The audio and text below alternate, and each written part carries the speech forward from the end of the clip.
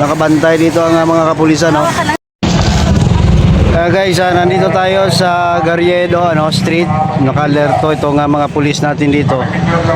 Dahil magpapasko, no, Noche Buena mamaya, December 24 ngayon. Ngayon naka-alerto ang mga kapulisan dito. Para sa seguridad ng mga mamimili, no. Ito guys, nakabantay dito ang mga kapulisan, no. Andito rin yung mga media, para i-update ang kalagayan dito sa Garriedo. Yan, naka-formation ng ating mga kapulisan para sa seguridad ng mga mamimili dito. Grabe, dagsa ng tao ngayon dito sa Garriedo. Nakikita nyo, talaga ang volume ngayong araw ng tao dito ay matindi. At pinapalalahanan ang mga mamimili ng bantayan ang kanilang mga bag at mga wallet, mga cellphone, dahil naglipa na ang mga mandurukot dito. Ayan, binibriefing ng husto ng kanilang commander itong mga kapulisan na magbabantay dito. Yan, nasa likod ang Plaza Miranda Patrol Car, yan, talagang alert na alert dito ang mga kapulisan. So marami yan guys, pati doon sa kabila, bantay sarado. Kaya dahil nga magpapasko, umiikot na rin ang mga mga kapatid natin na hindi mapagkatiwalaan. Yan, nagkumindat pa si sir. Ayan. Yan, bantay sarado dito, grabe, ganyan ang volume ng tao dito sa Plaza Garriedo, siyempre ang nagabantay natin ito yung Plaza Miranda Police Station, yan.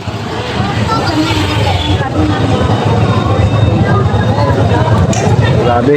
So sa ating mga mamimili, guys, sa pagpumunta kayo dito, bantay sarado. Safety na safety dito mamili, sa Garriedo. Ngayong Kapaskuhan, ang iba umahabol pa para pang Noche Buena.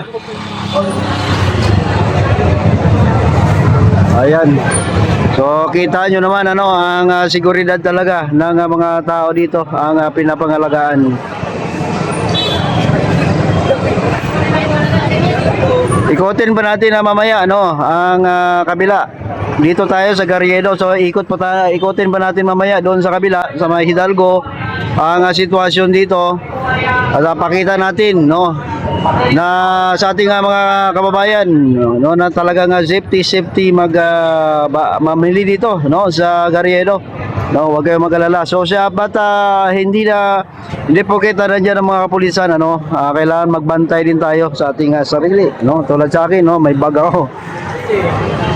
Ang mga kapulisan natin ay handa rin mag-responde anytime kung sakaling may emergency, yan. Binibriefing lang at i-segregate yan sila at i-assign kung saan destination sila, ang ating mga kapulisan. Dito yan palibot sa Quiapo, sa ibang lugar ng Manila may mga nagbabantay din, tulad ng Divisoria, mayroon ding nagbabantay ng mga kapulisan doon. Yan. So binibriefing lang. So sa mga kapatid natin, pag namili kayo dito, safety na safety dahil nandiyan ang ating mga kapulisan na nagbabantay dito sa seguridad, nag-ikot-ikot yan sila, at binabantayan ang mga namimili. Ang dulo nito ay simbahan na Quiapo Church, So nag-ikot-ikot yan sila. Yan nakasegregate yan sila kung saan tagdala-dalawa yan. Body system ang ginagawa dyan. Tapos pinapalalahanan din ang mga namimili natin at ang kaayusan ng street ang pinapangalagaan. Yan inibigyan ng instruction ang mga vendors para ayusin ang kanilang mga paninda para sa kaayusan ng lahat,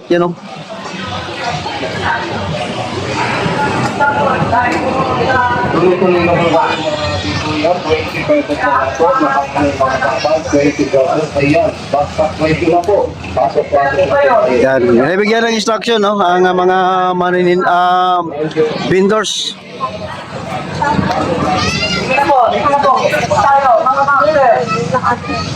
Yung kanto na yun.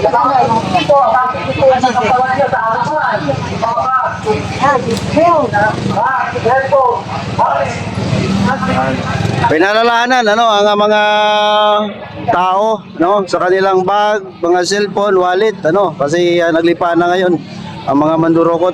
Sila yung bumili ka naman, sila yung makakaido. Nag-iikot ano. Sa kabila meron din yan guys ano ganun din ano lahat ng area dito sa Quiapo. Binabantayan niya ng ating mga kapulisan.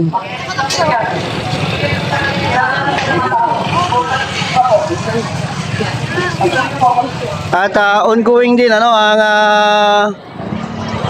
misa ngayon ano misa sa Quiapo Church ano ongoing din. Ikotin din natin ang kabila guys para makita natin ang sitwasyon din doon. Yan oh. Daming kapulisan ang nagbabantay dito.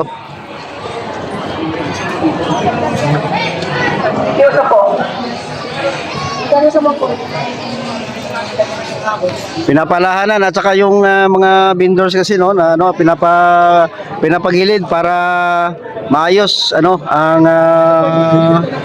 sitwasyon dito. Isay na lang natin sila bago umalis. Isay tayo sa Vietnam. Yan, binibigyan ng instruction ng mabuti. No?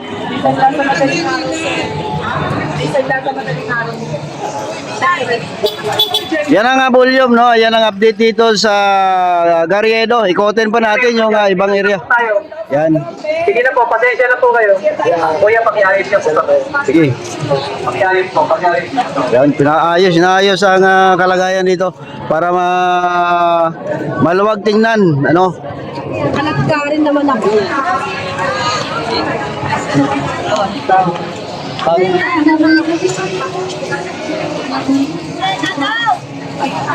Pasuyo. Pasensya na po, ha? Pasensya na po. Uy. Yan, dinideklop yung mga payong na hindi maganda no kasi para maluwag ba no tingnan. Pero siyempre no, ang importante kasi maluwag yung daan. So yun naman ay takip din sa mga ulan, pero kailangan kasi yung visibility no. Kasi tinatakpan niya ang daanan at saka yung mga malilikot ng kamay no, hindi agad-agad makita. Yan. So yan guys ang update dito sa Garriedo. Salamat po. Mag-ingat po tayo at Merry Christmas sa lahat guys. Ano? Ito naman ang sitwasyon dito guys ano sa kabila ito. Papunta na ito sa Recto Avenue. Ito naman ang sitwasyon dito. Grabe ano. Panic buying na ang mga tao. Ngayong December 24 mamayang gabi no cheap way na pero dito naman ang tinitinda dito ay mga gamit no mga tools. Kung gusto niyo ng mga tools dito lang yan makikita no sa Evangelista Street. Ayan no grabe na yung tao. No busy na dito naman guys ay safe na safe din. Nagakalat din ang mga kapulisan dito na nagbabantay sa mga tao no na namimili. Safety palagi ang tinitingnan dito. Ayun no. Grabe na ang mga tugtugan dito. Paskong Pasko na.